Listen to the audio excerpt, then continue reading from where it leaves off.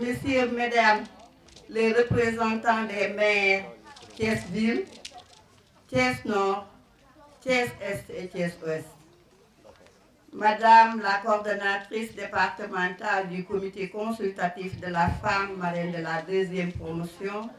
Mesdames les présidentes des organisations féminines du département, Messieurs les délégués de quartier et imams, Mesdames, Messieurs les chefs de service, mes chers collègues, Mesdames, Messieurs, chers parents d'élèves et invités. Je voudrais à l'entame de mes propos adresser mes vifs remerciements à Monsieur l'adjoint au sous-préfet pour avoir accepté, malgré son calendrier chargé, de présider ce matin la cérémonie de remise des attestations des élèves de la 2e promotion. Cette présence constitue une manifestation, encore une fois, de l'intérêt que les plus hautes autorités accordent à l'atteinte des objectifs du CEDAF. Pas plus tard qu'hier, vers 22 h, le préfet m'a appelé pour me dire qu'il voulait personnellement présider la cérémonie, mais malheureusement, il avait une réunion très importante avec le gouverneur, il ne pouvait pas venir. Cette présence, monsieur le préfet, constitue pour moi, comme je l'ai dit encore une fois, de l'intérêt que les plus hautes autorités accordent à l'atteinte des objectifs du CEDAF. Permettez-moi tout d'abord de vous dire la joie que j'ai à vous recevoir aujourd'hui au CEDAF et vous souhaiter la bienvenue. Je dois dire également combien je suis heureuse d'organiser cette cérémonie avec l'ensemble du personnel. Je voudrais féliciter aussi la population de Thiès pour cette mobilisation, lequel démontre encore une fois l'engagement qu'ils ont à travailler pour la promotion de la femme. Mesdames et messieurs, comme vous le savez, le CEDAF est sous la tutelle du ministère de la Femme, de la Famille, du Genre et de la Protection des Enfants, avec comme ministre Ndeye Saly Diop Dieng. Il a été conçu pour asseoir de manière pérenne une politique de promotion de la femme sénégalaise. Son objectif est de contribuer à l'amélioration du statut socio-sanitaire de la femme et de participer à la promotion économique des femmes pour lutter contre la féminisation de la pauvreté. Le CEDAF est ouvert à toutes les femmes, sans considération d'appartenance politique, ethnique ou religieuse, à toutes les jeunes filles du département et celles en situation de handicap. Toute organisation de femmes, quel que soit leur domaine d'intervention. C'est pour dire tout simplement que le CEDAF est un cadre d'épanouissement des femmes, un cadre de formation de proximité, d'écoute pour orienter les femmes vers les institutions juridiques, financières et sanitaires, de renforcement de capacités en esprit d'entreprise et entreprendre. C'est aussi un lieu d'impulsion à l'esprit d'organisation et de méthode, d'appui technique, de formation et d'assistance au développement d'activités génératrices de revenus et d'alphabétisation fonctionnelle. C'est un espace de communication et d'accès aux informations. Et bientôt, ce sera un lieu de prestation de connexion au réseau moderne de communication en partenariat avec le ministère de l'économie numérique et des communications. Une salle a été entièrement équipée par ce ministère et bientôt on procédera à l'inauguration. Le CEDAF a pour mission d'intervenir dans l'appui conseil orientation. Et là, je prends en témoin la boutique de Troyes qui, en partenariat avec PASNEC, a été créée au niveau du CEDAF. Et les femmes qui ont des problèmes juridiques sont orientées vers la boutique de Troyes qui les prend en charge, comme en témoignent les jeunes filles dans leur thérapie. Le CEDAF intervient dans le domaine économique par l'initiation aux activités génératrices de revenus, le développement de l'entrepreneuriat féminin, la formation aux techniques de commercialisation de savon local et de javel. Et finalement, en partenariat avec PAREP, on a eu à financer au niveau du Thiès, de la zone nord, 750 femmes. 250 femmes au niveau de la zone nord, 250 femmes au niveau de Ndiaye-Sira et 250 femmes au niveau de Fandène. Et il y a PASNEC aussi qui prend en charge les femmes victimes de violences basées sur le genre et 40 femmes viennent de recevoir leur financement. Le relèvement du taux d'alphabétisation en vue d'améliorer leur autoprise en charge et celle des membres de la famille. Notre stratégie est très simple, c'est-à-dire que nous développons la participation et la responsabilisation des femmes. Nous développons un esprit de solidarité et nous développons aussi le partenariat. C'est pour cela que depuis 2016, année à laquelle le CEDAF a ouvert ses portes, plus précisément au mois de novembre, une garderie d'enfants a été mise sur pied et jusqu'à aujourd'hui, nous avons 352 élèves qui ont été éduqués. Une formation en couture des jeunes filles avec un effectif de 116 élèves. Et ce qui est particulier au niveau du CEDAF, c'est que nous prenons des jeunes filles qui n'ont jamais eu la chance d'aller à l'école. Parce que dans les autres écoles de formation, on leur fait un test et il y a un niveau qui est demandé. Maintenant, il y a des jeunes filles qui ne sont jamais allées à l'école de niveau 0,0. Est-ce qu'il faut les laisser en rade? Le CEDAF dit non, il faut les prendre en charge. Nous avons un périmètre bio en partenariat avec REM. Nous développons des associations d'épargne et de crédit. Et en partenariat avec PASNEC, comme je viens de le dire, on a eu à développer plusieurs filières, notamment ce qui est très important, la fabrication de crème. Mais malheureusement, la machine est tombée en panne. Mais nous allons développer cette formation au niveau de Ndiaye-Sira en partenariat avec le maire, parce que nous savons que dans toutes les écoles, nous utilisons de la crème. Nous avons la pâtisserie, l'aviculture. Il y a des femmes qui font de l'aviculture, l'aquaculture et j'en passe. Mais monsieur le préfet, malgré ces réalisations, le CEDAF fonctionne avec des difficultés. Il faut dire que le CEDAF n'a jamais été équipé comme tous les autres CEDAF. Avec nos propres moyens, on a essayé vraiment de faire tant soit peu. C'est pour cela que nous avons de l'insuffisance des machines à coudre, parce que ça a été acheté par le SEDAC. Nous avons l'insuffisance aussi de tables et de jouets pour les tout petits, parce que la garderie d'enfants, en fait, c'était un prétexte. Parce que dans les missions du SEDAC, nous avons la nurserie, la création de nurserie. On s'est dit qu'au niveau de Chapon, qui est un nouveau quartier, c'était un village maintenant qui est rattaché à la commune, il y avait des enfants qui étaient là et que, comme l'a démontré les enfants, ils ont droit à l'éducation. On ne doit pas les laisser en rade. C'est pour cela que nous avons créé au niveau du SEDAC une garderie d'enfants. Donc sur les 12 SEDAC, il n'y a que 2 SEDAC qui ont une garderie d'enfants, le SEDAC de Thiès et le SEDAC de Roche-Boncho. Nous avons aussi un manque de moyens pour sécuriser la devanture du SEDAC qui était donnée à des tierces personnes. Je ne sais pas si vous êtes au courant ou non, mais bon, on a des difficultés vraiment pour sécuriser. Manque de moyens pour aussi le système d'arrosage des femmes goutte à goutte. Comme vous venez de le voir, il y a un jardin maraîcher au niveau de la devanture.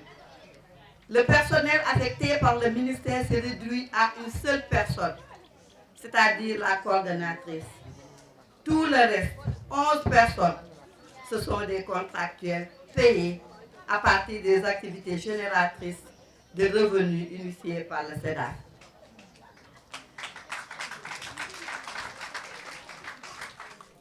Monsieur le préfet, le SEDAC se trouvant dans un quartier isolé, où des cas de viol et d'agression des fois sont signalés, il est important aussi qu'on nous affecte des gardiens qualifiés pour assurer la sécurité du SEDAC. Il avère nécessaire de trouver aussi des partenaires compte tenu de l'importance de l'insertion des jeunes filles après la formation dans le tissu économique. La formation continue des femmes dans le domaine d'activités choisies et leur accompagnement par des financements conséquents. Je pense aux crédits femmes et fonds de l'entrepreneuriat qui sont basés au niveau du ministère de la Femme, qui sont le plus des fois très méconnus par la population. Mais je prends aujourd'hui l'engagement de mettre à la disposition des femmes tous les renseignements nécessaires pour l'obtention d'un prêt. Nous devons dépasser le micro pour aller au macro. Mesdames, Messieurs, nos braves femmes et jeunes filles ont essayé d'étendre leurs talents, leur savoir-faire à travers une exposition, la transformation des produits céréales, la transformation de fruits et légumes, pâtisserie, macramé, couture, j'en passe. Félicitations à toutes les exposantes. Mesdames, Messieurs, je ne saurais terminer sans remercier les autorités administratives et locales pour leur collaboration, avec une mention spéciale à Monsieur le Préfet du département et son équipe, à mes collègues chefs de service pour leur disponibilité, le préfet pour son engagement pour la cause de la femme. Mes remerciements sont adressés également à notre ministère, au Sénat, à l'ensemble du personnel. Monsieur le préfet, permettez-moi de les citer nommément. Je veux parler des maîtresses. Nous avons Madame Thiaw, Madame Sen,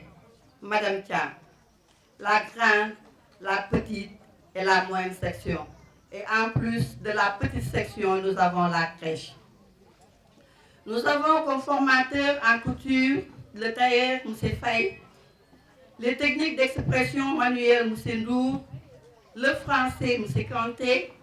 et nous avons la restauration Mme Aïssatou Gueye.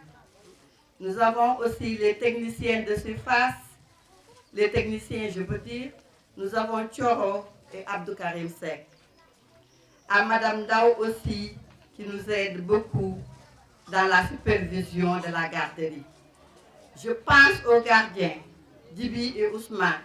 qui sont là depuis la construction. Les ASP, Saliou et Diane, et la gestionnaire, l'infatigable Madame Noko, pour le soutien indéfectible. Aux femmes de toutes les organisations, aux jeunes, à mes amis, mes collègues, aux délégués de quartier de la zone, imams, aux parents, aux élèves et tous ceux ou celles qui ont contribué à l'atteinte de la journée. Je pense aussi à ma famille, mes enfants, nièces et neveux, et particulièrement à mon mari, M. Meng, qui m'a beaucoup soutenu dans l'atteinte de mes objectifs. Aux coordonnatrices du comité consultatif de la femme, département et commune, respectivement Mme Ndeye Ndiaye Mbaké, marraine de la 2e promotion des élèves, Mme Fatou Badiane, coordonnatrice de la zone nord, Mme Khalimaïka, coordonnatrice de la zone est, et Mme Maïmouna Dieng, coordonnatrice de la zone ouest, représentée par ma grande sœur Astou Mossan Diouf. À travers elle, toutes les femmes de la zone nord et est-ouest, et à travers le CEDAF, Khady Gaye, Adia, Mère Noumbé, la Dame de Fer, Mère Sankaré et l'infatigable Notre-Dame Yaayu CEDAF. Nous les mots ni ligués du CEDAF yépp. À M. Idi Ndiaye, chef de service en retraite, qui m'a beaucoup soutenu. Si je suis là aujourd'hui, c'est grâce à lui. Parce qu'à chaque fois, il me disait, Fatou, tu dois revenir à Thiès. Tu dois prendre le CEDAF. Moi, je n'étais pas du tout d'accord. Parce que je me disais que j'étais dans mon coin, j'étais au niveau du CEDAF. Je travaillais bien là-bas. Je ne pensais pas revenir à Thiès. Mais il avait insisté. Insisté pour que je vienne. Et quand je suis venue, on est venus ensemble jusqu'ici. Il a beaucoup fait pour moi. Tonton Idi, merci beaucoup. Merci, merci. Et un grand applaudissement à M. Idi Ndiaye. À Mme Sigambay Ning. Madame Ning, elle aussi, avec ses compétences, elle a voulu apporter son soutien au niveau du CEDAF. Et ça se conçoit. Elle me disait, Fadia, moi je veux travailler avec toi. Je ne demande rien en retour. Et c'est ce qu'elle a fait. Merci Siga. Pour les grandioses services rendus au CEDAF. Je pense aussi à Madame le maire, Ndeye Diallo. L'infatigable aussi Ndeye Diallo. Nous avons ici que des dames de fer. Ay dames de fer rek. Dames de fer yooyu nag dama leen di yóbbante ci ñeneen dames de fer yi parce que mënuma lim ñëpp. Maa ngi leen di yóbbante ne leen sama xol sedd na. Maa ngi leen di nuyu, maa ngi leen di gërëm. Chères femmes, chères jeunes filles, chers enfants, chers invités, main dans la main pour travailler, beaucoup travailler et toujours travailler dans le but de faire du CEDAF un paradis sur terre. Je vous remercie de votre aimable attention. Tey nag feetu élèves yi la, feetu xale yi la, feetu CEDAF bi la. Di nuyu ñëpp di gërëm ñëpp di sant ñëpp di wax ni kontaan naa ci yéen gis naa ku ne fu nekk jóge nañ fa nit jóge na fa ñëw ni ma maa ànd kii maa ànd kii maa ànd kii kon yéen ñëpp maa ngi leen di nuyu yéen ñëpp tàccu leen seen bopp. Di nuyu aussi sama collègue yi sama chef de service yi nga xam ne ñëw nañu teew te Amit Fall représenté leen moom nga xam ne mooy présidente CDD amical bi suñu amical mi ngi fii ci ginnaaw di wax ni nag ñun tey jii suñu mënee toog ci table bii ba mën a wax dafa am ñoo xam ne ñu jiite woon di ñu tette je pense au chef de service du régional du développement communautaire en retraite aussi Madame Aïssatou Ndou, Madame Aïssatou Gueye, Madame Gueye maa ngi koy nuyu bu baax a baax di nuyu aussi suñu député bi madame Ndeye Fall député mi ngi nii ñu ngi koy nuyu di ko kii di nuyu tamit koo xam ni sama doomu ndey la ñoo jàngandoo ñoo nekkandoo woon NETEF ñoo liggéeyandoo dem Casamance mu nekk Sédhiou ma nekk Vélingara mu ñëw lépp ñoo ko defandoo muy sama seefandoo di Ajaratu Mar Badiane moom moo nekkoon coordonnatrice su SEDAF bu Mekhe dafa dem retraite léegi ñu ngi leen di ñaanal yàlla na doon retraite bu sedd te xam naa ne duñu toog parce que seen compétence bi ñu am dinañ ko génne bokk koog nit ñi kon daal maa ngi gërëm ñëpp di nuyu ñëpp imam nag moom mënuma koo fay ndax imam ak délégué de quartier bi lu xew dañuy ñëw pas lui ñëwul parce que xam naa ni temps yi yaramam neexul mais am na ku mu délégué woon imam maa ngi lay guru di la yónnee nuyoo foofu délégué de quartier zone nord yi gis naa leen yéen ñëpp ñëw ngeen macha allah sama dëkkandoo yi ñëw nañu imam jànk maa ngi lay nuyu di nuyu Mor ci ginnaaw ñëpp nuyu naa leen bu kenn mer bu kenn mer waa Thiès ville nag dama leen di beral spécialement parce que ñoom seen délégation bu mag la ñu yónnee Ndeye Ba nekk Fasayer jiite ko kon maa ngi leen di nuyu monsieur Meng nuyu naa la sargal naa la wax dëgg tey jii su ma mënee ba mën a toog fii dama leen di wax rek gis nga SEDAF bii bi ñuy doog a ñëw amul dara lii fi nekk yëpp garab yi groupement yi Fass Sankara ni mi Fass Sankara yi ni mi toog la dame de fer ñoom ñoo ñëw ñu def fi garab yi def yëpp moom nii da daan summeeku ak sama njaboot ñu nekk di defar di fot xeer di xàll di def ba tax ñu mën a dëkk fii dañ ma daan wax madame Mbengue kaay dëkk si man leen tànk pare ba du ma ñëw dëkk si kon moom tamit vraiment mention spéciale Fafal nuyu naa la nuyu naa ñëpp kon wasalaam monsieur le préfet kontaan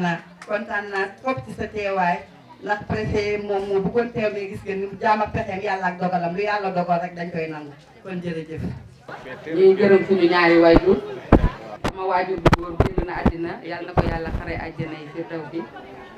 sama waajur bu jigéen mu ngi fi yàlla na ko fi yàlla yàggal lool te may ko wér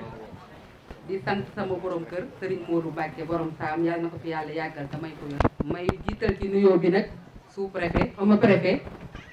sant bi rek moo ko yàq sëñ Abdoulaye Diop boo santoon Ndiaye mu dàq fi di ci teg directrice SEDAF muy Adja Fatou Diaté di la sant bu baax di la gërëm di rafetlu bu baax sa liggéey xañ na ci kanam di ñaan dellu si ñuy nuyu imam bi ak chef de quartier bi waaye ñuy nuyu représentante conseil départemental di nuyu madame la maire bu Thiès ville ci lay profité nuyu waale adjointe au maire yi fi nekk yëpp suñu naataango yi maa ngi gis madame la maire Ndate di gis soxna Khady maa ngi seen tamit Awa Baal bu Fandène ñoom ñëpp maa ngi leen di nuyu bu baax a baax ay adjointe au maire lañu comme ni ñu ko yàlla defee ci Notto Diobass ñu ngi nuyu bu baax suñu yaay yi ñu fi fekk yaa Ndeye Fall ñu ngi lay nuyu bu baax a baax honorable député Tane Aïssatou madame Guèye ñu ngi lay nuyu bu baax sama yaay yi ci ginnaaw ñoom yaa ma jàlloog ñëpp ku lim danga dul matal ndax sama yaay rek ñoo fi nekk may nuyu bu baax chef de service yi nga xam ni yàlla dogal na ñu doon liggéey ak ñoom ba suñu borom yóbbu leen ñu dem retraite waaye seen liggéey bi ñu liggéeyoon des fi ba bisu tey man naa ci lim Abibatu mu ngi nee toog Abibatu jigéen ñi namm nañ la de wallaahi jigéen ñi namm nañ la te jigéen ñi ñu ngi lay jooy bu baax a baax développement communautaire yàlla tere na ni def nga ci loo xam ni ba bisu tey jigéen ñi ñu ngi koy jooy te it nag bu doon ni dem retraite dellu ci waat day am kon dinañu ñaan nga dellu ñu ngi nuyu tamit ummi mi nekkoon développement communautaire bu Tiwaawoon soxna Mar Badiane soxna Siga yéen ñëpp ñu ngi leen di nuyu ndax ku nekk def na ci ñun Adja Moussa Ndour ñu ngi koy nuyu bu baax a baax may nuyu itam comité consultatif maa ngi jàkkaarloo Khady Mbayka mu nekk Thiès Mosaan Tane may mun a moo ko yebal Adja Fatou Badiane na koy sawa nga ne la jógee cene ba Kati maa ngi koy séen mu ngi jógee Fandène ndax comité consultatif njaboot lañu boo xam ni commune bu ci nekk am nañ ko fa amaat ko au niveau départemental am ko ci biir Thiès ville waaye macha allah ñoom ñëpp ay ñangi xare lañ may nuyu suñu kilifa yi Baye Idi Ndiaye ñu ngi lay nuyu bu baax di la sant di la gërëm. suñu papa suñu sëriñ monsieur Mbengue ñu ngi lay nuyu bu baax a baax ci témoignage yi nga def. benn borom kër bu seedee benn jigéen mel na ni jigéen ñëpp lañ seedeel ndax ñun jigéen ñi fu ñu toll ñu ngi dem waaye ci seen ndigal la ñuy dem seen ñaan ci la ñuy barkeelu te tamit lépp loo xam ni ñu ngi koy doxi ànd ngeen ci ak ñun diñ ci jàppale. kon tey jigéen yëpp war nañoo siggi jigéen yëpp war nañoo bég ndax seede bi nga xam ne moom nga def ci directrice bi nga xam ne moo jiite SEDAF te direct seede yooyu seede mënu koo màgg gis nga bu ñu bayakoo gëm yàlla te wóolu ko gëm sa bopp rek mooy yóbbu nit ku nekk fu mën a egg boo xasee gëm yàlla nga jullite amul leneen sa xol leneen lu ci nekk loolu moom leçon la rek boo xam ne bu ko ñëpp mokkale rek jàmm rek mooy am ci Sénégal ndax nag nit munoo am ci sa xol ñagas-ñagas muy feeñ ci sa kanam nga mën a jëfal nit leneen déedéet sa xol day am rafet rek nga mën a jëf lu rafet ak doomu aadama yi te loolu soo ni xasee mel rek noppalu nga yàlla suñu borom moo lay tëyal boppam moo lay jàppal boppam kon loolu moom vraiment ñu ngi ciy sant bu baax di ko rafetlu ci seede bi nga def ci moom xam naa ni jigéen ñi fi nekk yëpp ku fi sa borom kër nekkoon tey wala nga aye dina la seedeel lu mel noonu kon jërë ngeen a jëf may nuyu itam élèves yi jërë ngeen a jëf mënoon ngeen a xalaat ku yor xaalis bu bari ñun ngor lañu am gëm yàlla rek ngor waaye du koppar bu doon koppar da ngeen di seeti keneen xañ na expérience baa ngi fi ndax yàgg nañu ak yéen di liggéey ci développement loolu nattu la ci ñun yenn saa yi da ngay dem ba ni est-ce que du ma toog liggéeyali sama bopp ngay lu mat ñaar fukki at yu teg ngay daw pour soxlay jigéen ñi soxlay askan wi dafa metti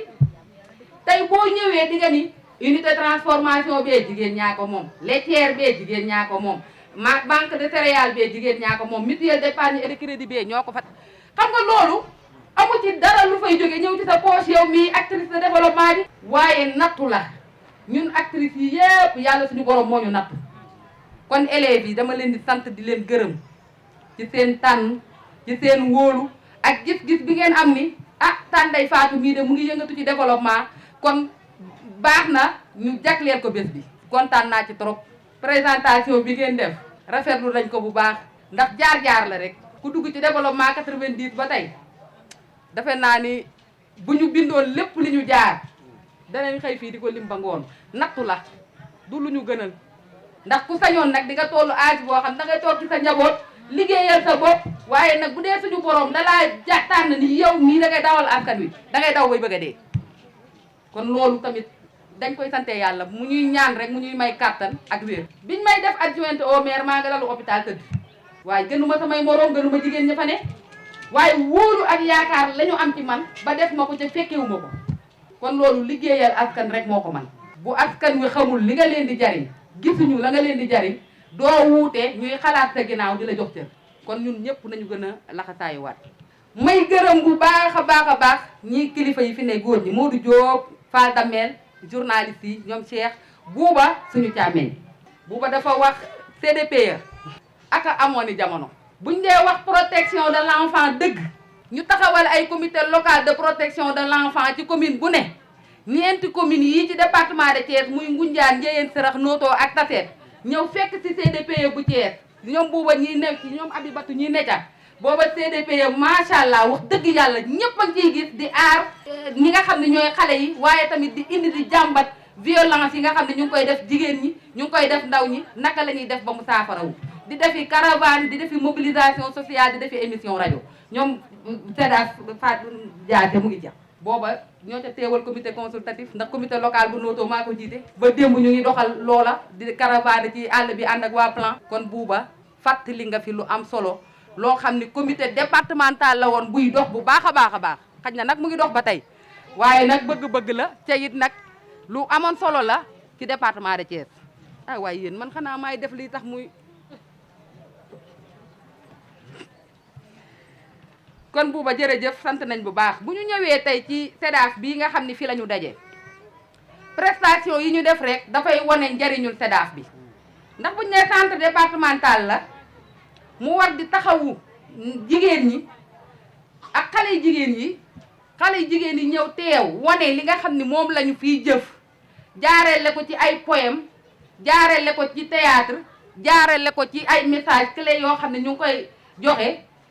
defe naa ni liggéey bi rafet na lool. madame Mbengue nga wax couture yaa ngi fi pâtisserie maraîchage yëpp ñu ngi la ci gërëm bu baax di la ci sant ci taxawaay bi ak taxaw boobu. jàmbat nga fi ni équipement amul ci centre bi loolu tamit en tant que coordonnatrice départementale du comité consultatif wax nañ ko ministre waxaat nañ ko waaye dañ koy répété waat ndax wax du doy. ndax centre bii di SEDAF war naa gën a yaatu war a gën a am équipement jëf yiñ fiy jëf war a gën a law ci département bi. ndax bépp jigéen bu war a tàggatu boo amul foo ko defee war ngaa mën a ñëw fii waaye mën nañ fee tàggat ay jigéen ñu pare créer seen entreprise di gérer seen entreprise ëllëg si biir ñu dem ci commune bu ne wala ci zone yu ne wane ni lii kat ca SEDAF ba lañ leen tàggate fa lañ leen encadré ba tey seen entreprise di mën a dox. équipement yi ñu soxla ñu war koo mën a am oto war naa mën a am fii ci SEDAF bi ndax tamit départemental la ca sorier yi am na mais am na ñoo xam ni tey nga jógee Kayar ñëw ni damay def ci formation fii SEDAF ñaata kilomètre wala ñaata junni ngay ñàkk doo ko egg kon tam SEDAF bi madame Mbengue soxla nañu ministère de la femme gën koo jàpp équipé ko liñ fi war a am mu am fi ni mu war a yaatoo ci gestion bi tamit jigéen ñi département bi yow ñëw bokk ci di gérer ni mu war a demee. gis nañu ni itam macha allah garderie d'enfants bi transformation des produits locaux jigéen ñi ko wër nekk fi di liggéey macha allah liggéey bu mucc ayib ndax du tey lañ fi ñëw. waaye looloon bëgg nañ koo gën a yaatalaat loolu lépp dafay aju rek ci jumtukaay ya nekk biir ministère Dakar. booy laa la ñuy yemale Dakar jumtukaay yooyu ñun ñoo ko gën a soxla ñun waa Thiès kon war nañ ñoo mën a indil jumtukaay yi ba suñu SEDAF li mu war a am mu am ko ndax mu ngi liggéey te liggéey bi muy liggéey amaana joxuñu ko liñ ko war a jox te mu ngi jéem ci kéemtalaay kattanam. kon buñ ko joxee li mu ko war a jox mu mel ni mu war a mel am li mu war a am dina gën a jariñ ñi mu war a jariñ ñëpp kenn ku nekk mën cee gis sa bopp. kon loolu moom demande la boo xam ni saa su nekk ñu di ko wax saa ñu mosee tasee ak ministre tamit nee nañ ko SEDAF yi nañ ñu dimbali équiper ñu ko nañ ñu fexe ba li mu war a am nañ ko am ndax ñun ñu mën cee gën a jariñu ndax amuñu geneen kër nag gu gën kër yi nga xam ne mooy SEDAF jigéen ñi SEDAF la ñu am ak développement communautaire amuñu leneen. kon SEDAF bi wax dëgg yàlla soxla nañu ak gën a yaatoom beneen bi ci topp tam préfet autorité yi nga xam ne ñoo fi nekk ñu gën a jàppale waa SEDAF jàppale SEDAF ci lan financement yaa ngi fi pour les femmes financement pour femmes yooyu nañu fexe mu law ba tekkuñu waaye dañuy wax financement man dama wax mus naa ko wax ci benn CDD man leen ba ñu nee DER Ami Fall mii amul woon jàmm préfecture la jigéen ñi di daje di bind projet defe naa ña ca am financement bariwul ginnaaw bi la ñuy wax nanoo DER ñuy am ay 50 000 ak 100 000 jàpp naa ni wax dëgg yàlla bëgg-bëggu jigéen ñi weesu na foofu ndax jigéen ñi ci bari ñu ngi ak seen i plan d'affaires ñii ñee ngi ak seen business plan mais business plan boo ko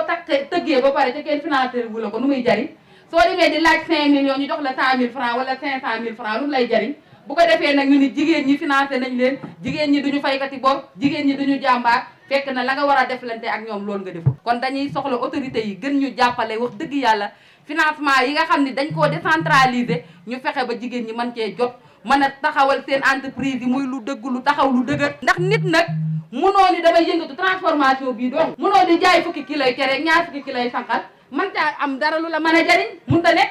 kon foog nga am stock bu bari liggéey lu bari man koo exporter nit ñi tamit ñu gëm ni promotion produits locaux ñun ñoo koy njëkk a defal suñu bopp ñoo koy gëmal suñu bopp di bay dund ci li nga xam ne moom la ñuy bay te li ñuy bay tamit man fee desaat su fekkee ni loolu am na yàlla suñu borom dinañu dimbali ba xaj na xiif bi ñuy wax wala ñàkk gi ñuy wax dina gën a mën a tane may jeexale rek ndax sàng na te wax ji fi jiitu bari na may jeexale rek ci sant ak gërëm jigéen ñi jaageen a jëf gàccee nga laa ma yéen sonn ngeen ci développement guddi suba bëccëg kenn ku ci nekk soo waree jóg ak sa mbooloo li nga ca def la nga mën bu dee transformation ngay def bu dee ñay bayal nga ca àll ba di war a bay ñenn ñi nekk ci seeni avec di nat di def denc lu mu ndaw ndaw ngir bu bis dikkee ñu mën cee faj gàcce jaageen a jëf yéenay ranki mutuelle d'épargne et de crédit ñu di leen lebal ak taux yu metti yàlla yenn yenn saa yàlla nattu leen ñu lebal la ci taux bu metti lebal la montant boo xam ni période ba nga ko soxlaa woon amoo ko ca nga def détournement d'objectif su boobaa boo waree rembourser doo ko mën a rembourser xas wa daal di teguwaat jigéen ñi nii lañ mel wala jigéen ñi naa lañ mel kon nag dañuy ñaax suñu bopp xaalis bu amul njariñ yaa xëy te guñ ko jël suñu monté te projet ñu war ñoo lebal ci weeru tabaski gi tabaski ga jàll ba gàmmu ñu jox ñu ko amatuñu activité bu ñu def nañ ni kat nañu bàyyi ba suñu activité taxawaat bu ñu laajee 500000 xam ni agriculture la ñuy def ñu jox ñu 500 war ñoo jox 500 buñ ko wàññee jox la 250 wala 300 ne ko lii kat matul sama activité dangay am lew gi yaram ndax doo xalaat bor boo war a fay doo xalaat ni lii dugal naa ko feneen war na maa remboursé aw ma lu ma remboursé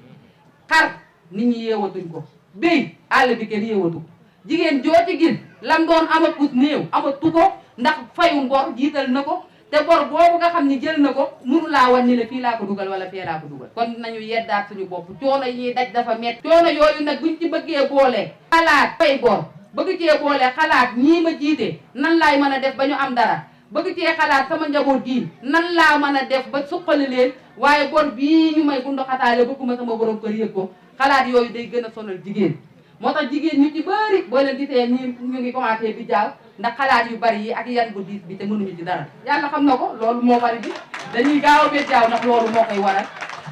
kon dañuy santaat bu baax madame Mbengue ñu ngi leen di sant bu baax a baax a baax ñu ngi leen di gërëm bu baax taxawaay bi rafet na yàlla na ko yàlla yokk gën laa kattanal coono bii nga xam ne def nga ko fii ci SEDAF bi yàlla bu mu nuyul ndax nag booy liggéeyal sa bopp di liggéey ngir yàlla rek doo sonn doo tàyyi ca yàlla suñu borom dina la fay bés dina ñëw nga ne ah man de bu ma yëgoon la ma doon def ngir yàlla ma yokkoon ko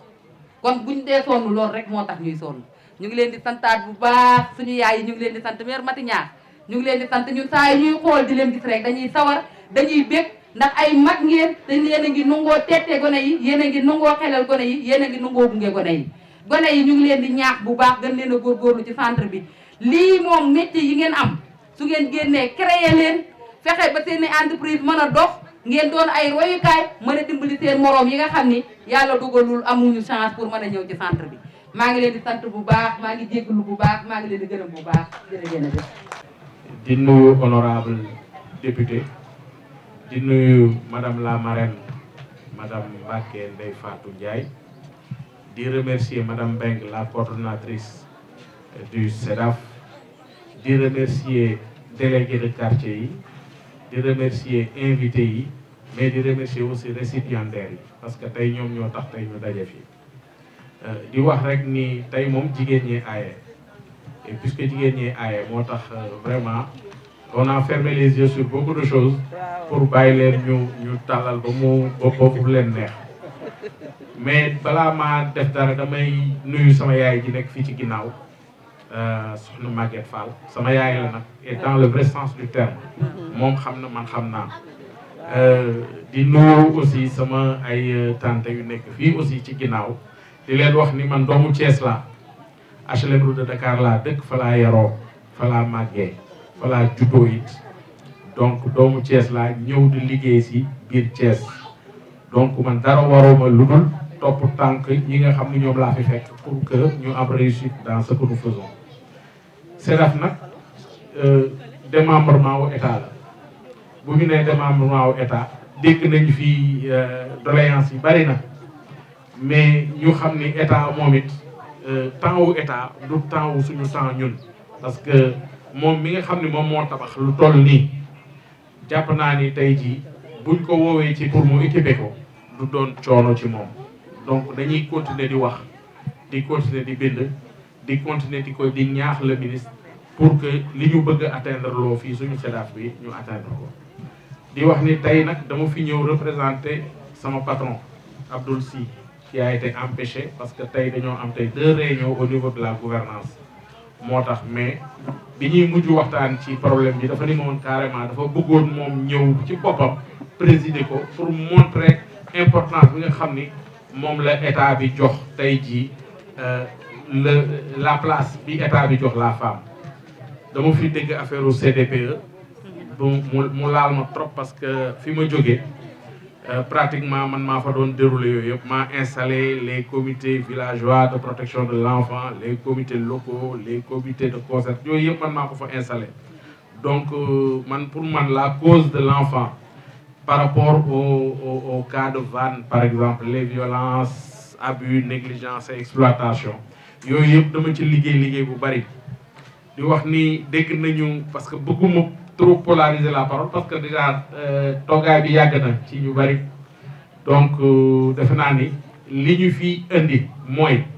ñu sargal suñu doom yi nga xam ni elles ont plutôt suivi fii nii au niveau de la CEDAF parce que tey mënuma fi wax dara loo xam ne lii waxuñu ko fi woon li ñu wax ci marraine bi doy na sëkk ak barke cela veut dire que donc ñoom dañ ki ñu choisir xam nañ ko ndax bi ñu liiree CV om fii c'est énorme c'est extraordinaire donc kooku man pour man xale yi jigéen ñi nga xam ne tey jii ñoom la ñu tuddee seen promotion madame Mbacké bu ñu jëlee exemple ci seen marraine donc ñun njaboot geek ñun ñëpp duñu am dara luñ ciy tiit ci loxo bi ñu jógee aussi muy loxo madame Mbengue defe naa ni finalement da ngay dem ba sax da nga dootoo xam entre la marraine et la directrice kan moom ci moom bés bi quoi tellement que voilà sotti ci ak def ci la waaw donc pour loolu lépp dañuy ñaax les récipiendaires rek ñu jéem a jël exemple ci ki leen tàggat ak ci ki ñu tuddee cette promotion c'est important parce que loolu moom mooy njëriñ li waaw donc di wax ni tey jii tout de suite bu ñu paree ci wax ji rek dañuy procéder directement à la remise des diplômes des attestations de formation qui ont sanctionné 3 ans de formation en couture technique et restauration donc loolu daal laa bëggoon a wax di réserver mesdames messieurs les maires ak les délégués de quartier une visite que je viendrai faire pour vraiment gën a miinante ak yéen gën a xamante ak yéen ñu jàppale suñu arrondissement bi nga xam ne tey jii moom la ñu président de la République dégg pour ñu gën ko liggéey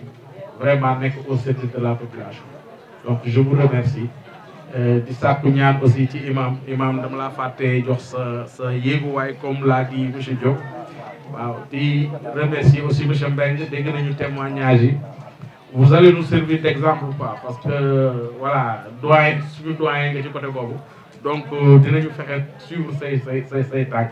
voilà di remercier soxna yi fii nekk yëpp di leen jox daje xëy na une prochaine fois